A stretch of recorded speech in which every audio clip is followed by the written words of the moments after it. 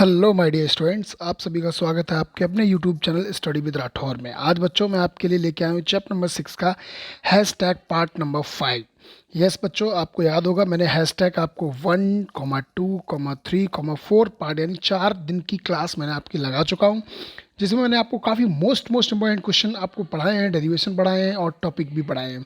सबसे पहला तो आपको मालूम होगा व्हीट स्टोन सेतु, जो कि कल की क्लास में पढ़ाया गया था। उससे पहले किरचॉफ के नियम, जो कि मोस्ट इंपॉर्टेंट है, आपके एग्जाम के पॉइंट ऑफ व्यू से देखा जाए तो बहुत ही महत्वपूर्ण है।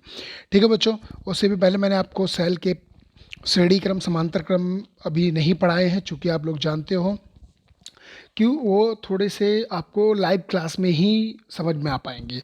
और मैं बता दूं बच्चों, किरचॉफ के सेकंड लॉ से, किससे, किरचॉफ के सेकंड लॉ पर जो आधारित आपके जो प्रश्न हैं वो वीडियो सोल्यूशन में देना थोड़ा सा पॉसिबल नहीं है, क्योंकि उनके क्वेश्चंस काफ़ी बड़े बड़े हैं और आपको आई होप समझ में भी शायद ना आए। इसलिए यहाँ पर वही क्लास अपलोड की जाएगी जो आपके लिए बेहतर हो और आपको समझ में आ जाए।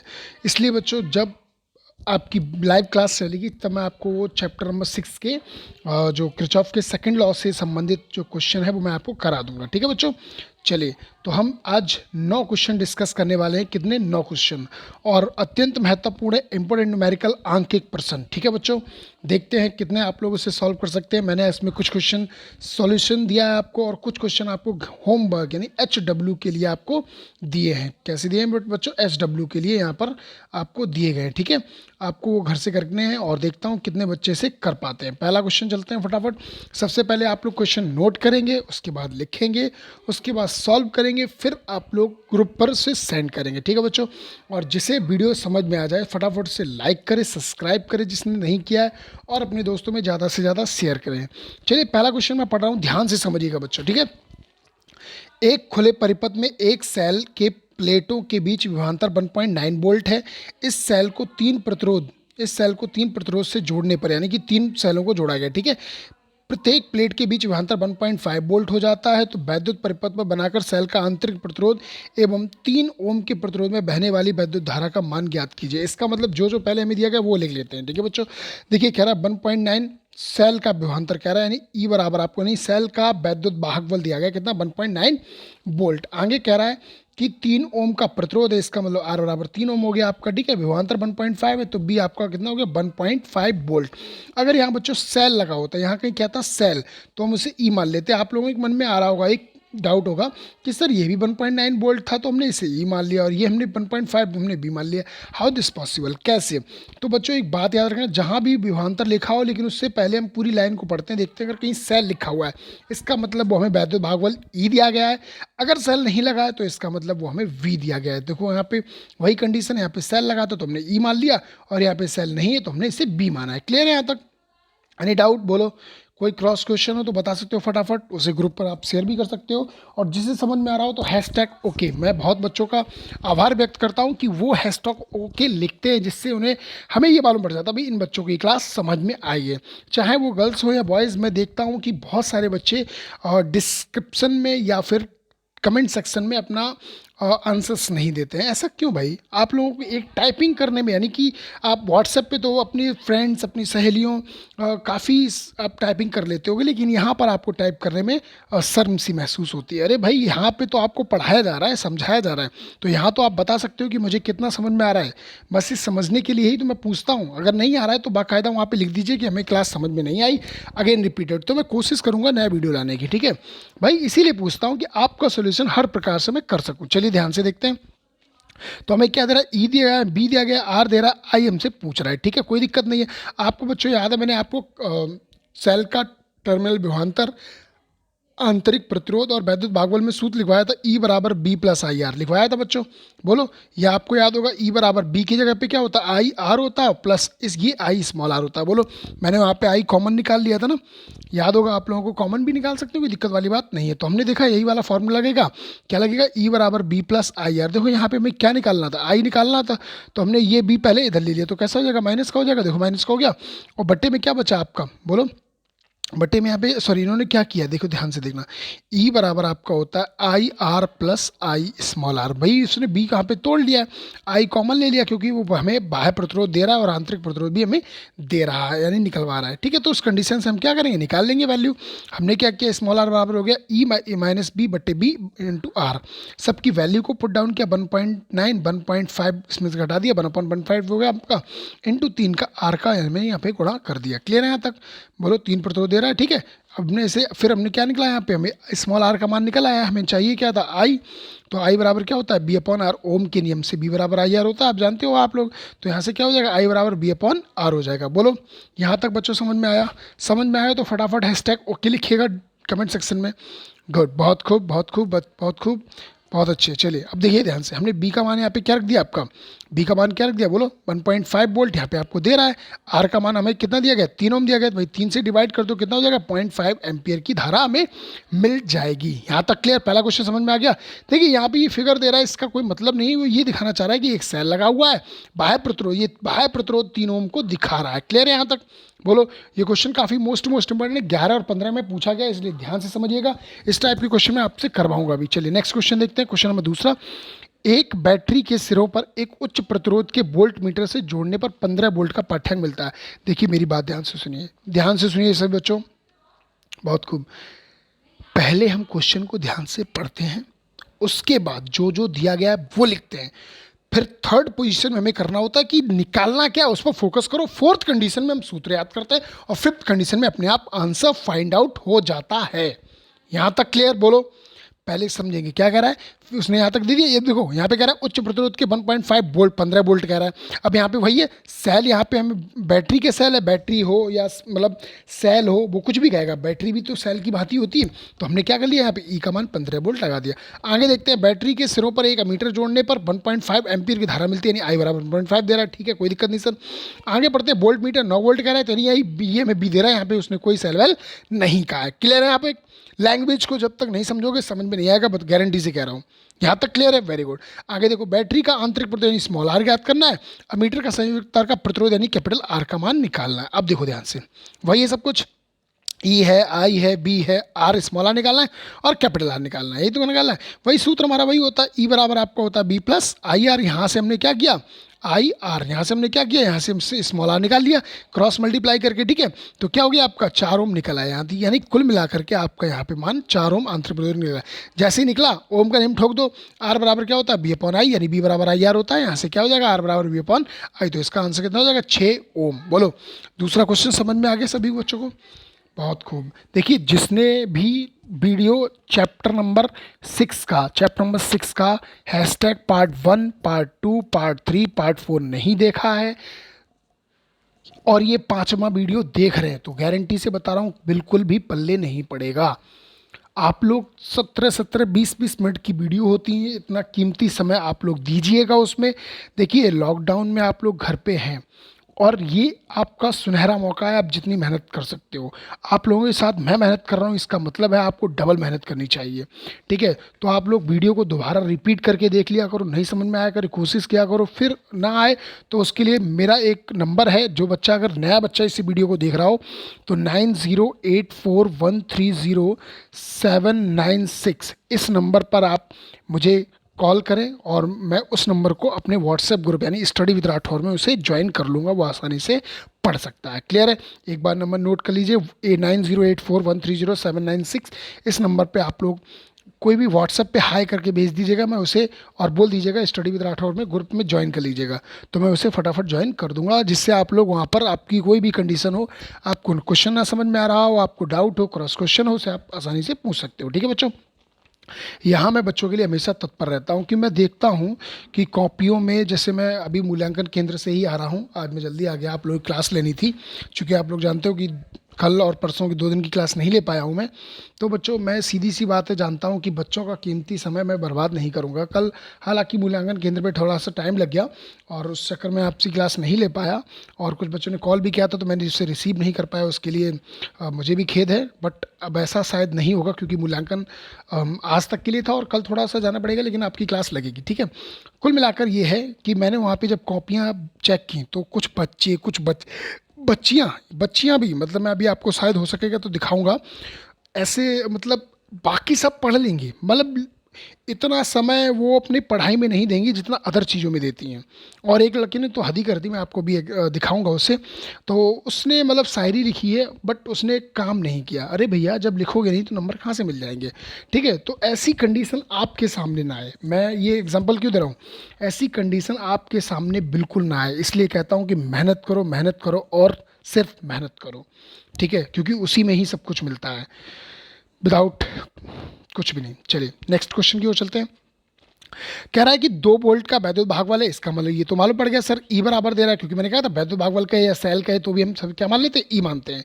1.5 आंतरिक प्रतिरोध यानी आर दिया गया, स्मॉल आर। 5 एम्पीयर धारा, इसका मतलब आई दिया गया आपको। देखिए ई दिया गया, आर दिया गया, आई दिया गया। अब क्या कह रहा है, बैटरी के भीतर धारा में किस दिशा में प्रवाहित होगी, बैटरी के दोनों टर्मिनल में अंतर कितना होगा, यानी कि वी आपको निकलवा रहा है। सीधी सी बात है, सूत्र लगाइए कौन सा, ई बराबर बी प्लस आई आर, यहाँ से आंसर आपका आ जाएगा। क्लियर है यहाँ तक, बोलो।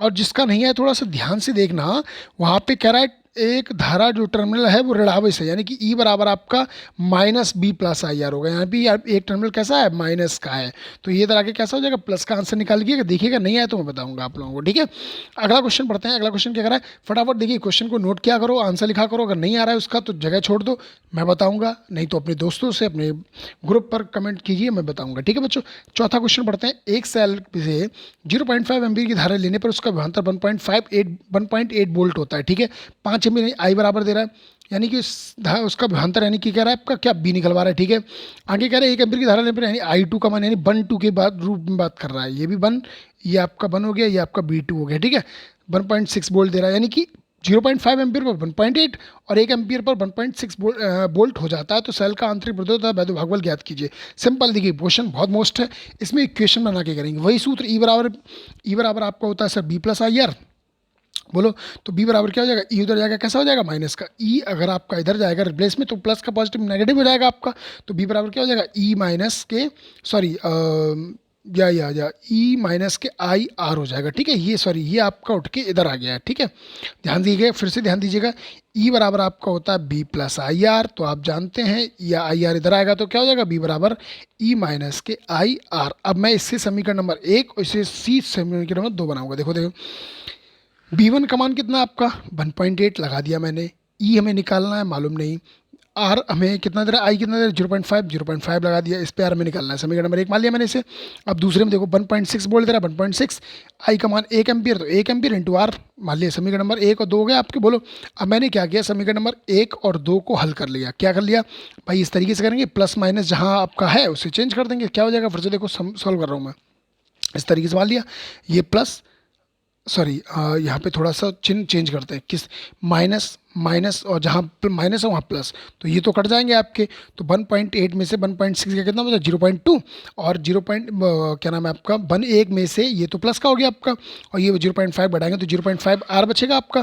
तो यहाँ से हम क्या करेंगे, स्मॉल आर बराबर हो गया 2/5 यानी 0.4 ओम हो गया आपका। क्लियर है यहाँ पे।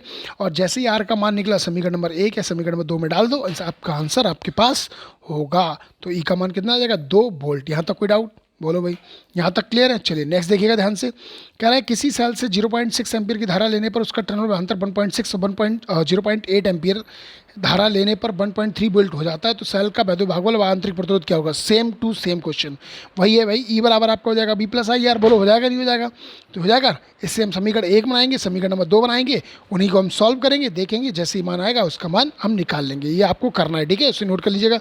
7वां क्वेश्चन भी देखिएगा।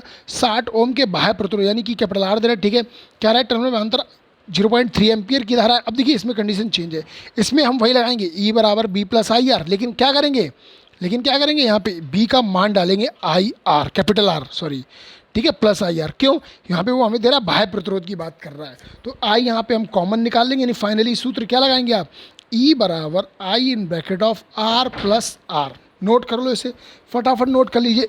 इस क्वेश्चन में और अगले वाले क्वेश्चन में यही समीकरण आपका लगने वाला है।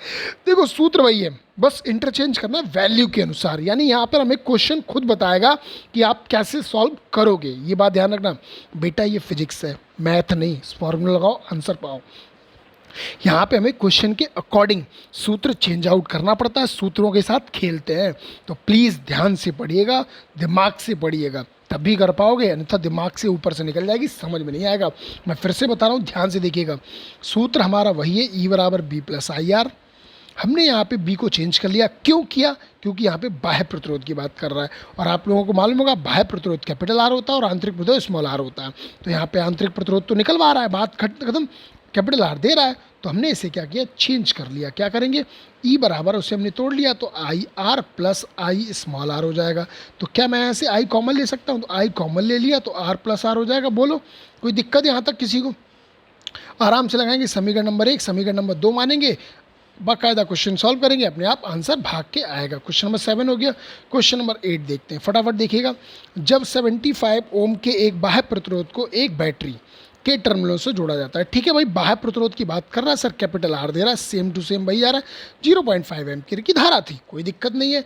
135, अब कह रहा है जब प्रतिरोध बढ़ाकर 135 ओम कर दिया जाए।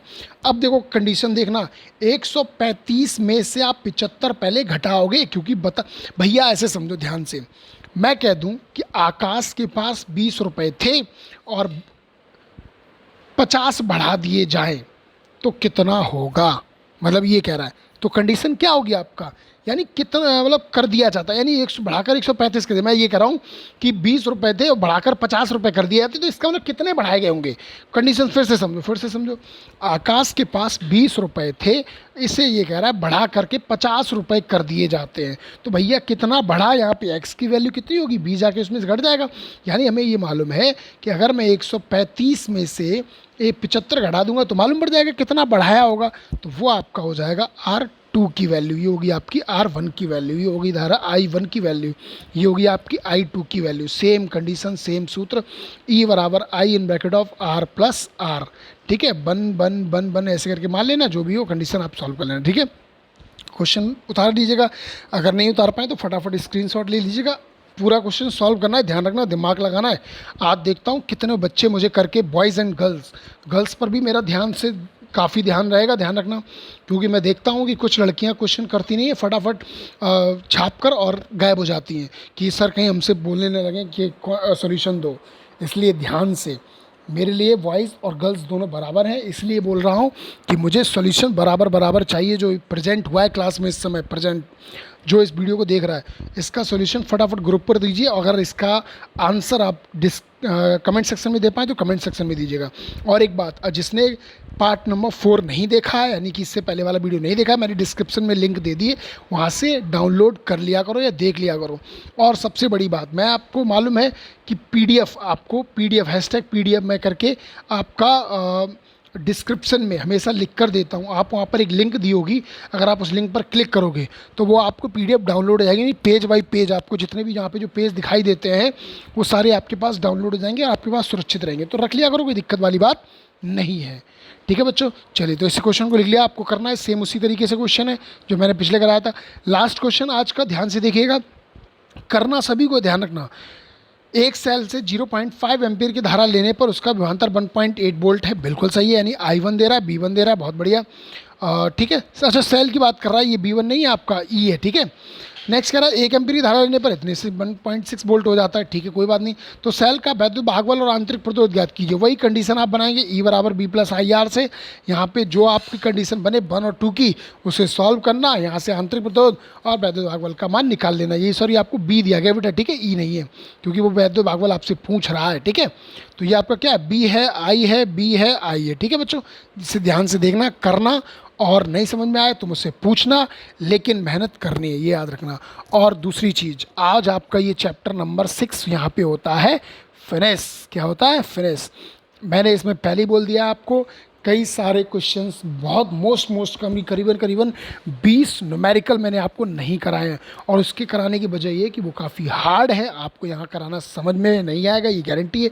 इसलिए लाइव क्लास, जिस दिन क्लास ओपन होगी लॉकडाउन के बाद, तो मैं इसे करवाऊंगा, बेफिक्र रहिएगा, ठीक है बच्चों। बस ध्यान से पढ़िएगा, कुछ डाउट हो, क्रॉस क्वेश्चन हो, आप यूट्यूब पर कमेंट सेक्शन में भी पूछ सकते हो। कोई नया बच्चा जुड़ा हो, अगर कोई बच्चा ग्रुप से जुड़ा हुआ है तो वो ग्रुप से पूछ सकता है। मैंने बता दिया फिर से, नंबर मेरा 9084130796, आपका जो व्हाट्सएप नंबर, उस पर हाई लिख कर आप भेज दीजिएगा और उस पर कर सकते हो, ठीक है बच्चों। अब देखिए, मैं थोड़ा सा आपको दिखाता हूँ आज बच्चों ने क्या किया। तो ये देखिएगा, एक महाशय हैं, क्या लिख रहे हैं, देखिए इनके पास कितना सारा टाइम था कि ये शायरी बनाने में लग गए। जा जा कॉपी सरिया मैम के पास जा, दया होगी तो करेंगे पास। क्या बात है, मतलब सलाम है इस बच्चे को भाई, मज़ा आ गया पढ़ के।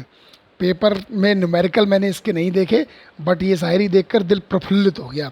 हाँ बट की फेल हो गया भाई, इसे फेल करना पड़ा, मजबूरी थी, कुछ लिखा नहीं था इसके में, तो पास कैसे करता मैं। ठीक है, आगे देखिएगा, जा जा कॉपी सर के मैम के पास जा, लव यू सर, पता नहीं क्या क्या लिखता है, बहुत बहुत धन्यवाद, मैं बहुत गरीब हूँ, ये तो सब बोलते हैं, बिलोंग करता हूँ फलाना डिंका। और फिर लास्ट में फिर से वही सारी, जा जा कॉपी सर के पास जा, करेंगे पास, धन्यवाद सर जी आपका। बताइए, ये मतलब ये बच्चे अब खुद मन से सोचिए क्या पढ़ते होंगे पूरे साल, इन्हें पढ़ाने वाले अध्यापक कैसे होंगे, ये बच्चे कैसे होंगे। मुझे समझ में नहीं आता है कि पता नहीं इतना टैलेंट आप बच्चे इन चीज़ों में लगा देते हैं, जब अध्यापक क्लास में पढ़ाते हैं तो पता नहीं क्या करते रहते हैं। अरे ये तो चलिए बॉयज़ से, एक गर्ल्स की कॉपी में दिखाता हूँ क्या लिखा हुआ है इन बहन जी ने, जरा ध्यान से देखिएगा। देखिए, प्लीज़ हेल्प मी सर। अच्छा मैं हेल्प करूँ, बहुत बढ़िया, थोड़ी हेल्प कर दीजिए, सिर्फ पासिंग मार्क्स आपकी बहुत मेहरबानी होगी।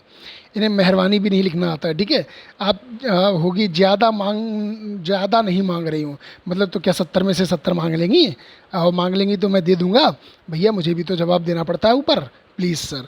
मतलब ये मैं मांग रही हूँ मुझसे, ये इससे मालूम पड़ गया कि ये लड़की है, ठीक है, वैसे नाम नहीं लिखा होता है। तो बड़े शर्म की बात है कि कुछ बच्चे मतलब दोनों ही गर्ल्स एंड बॉयज़, बस ये है कि पढ़ने में जो ध्यान नहीं देते हैं उन्हें इन चीज़ों की ज़रूरत पड़ती है बच्चों।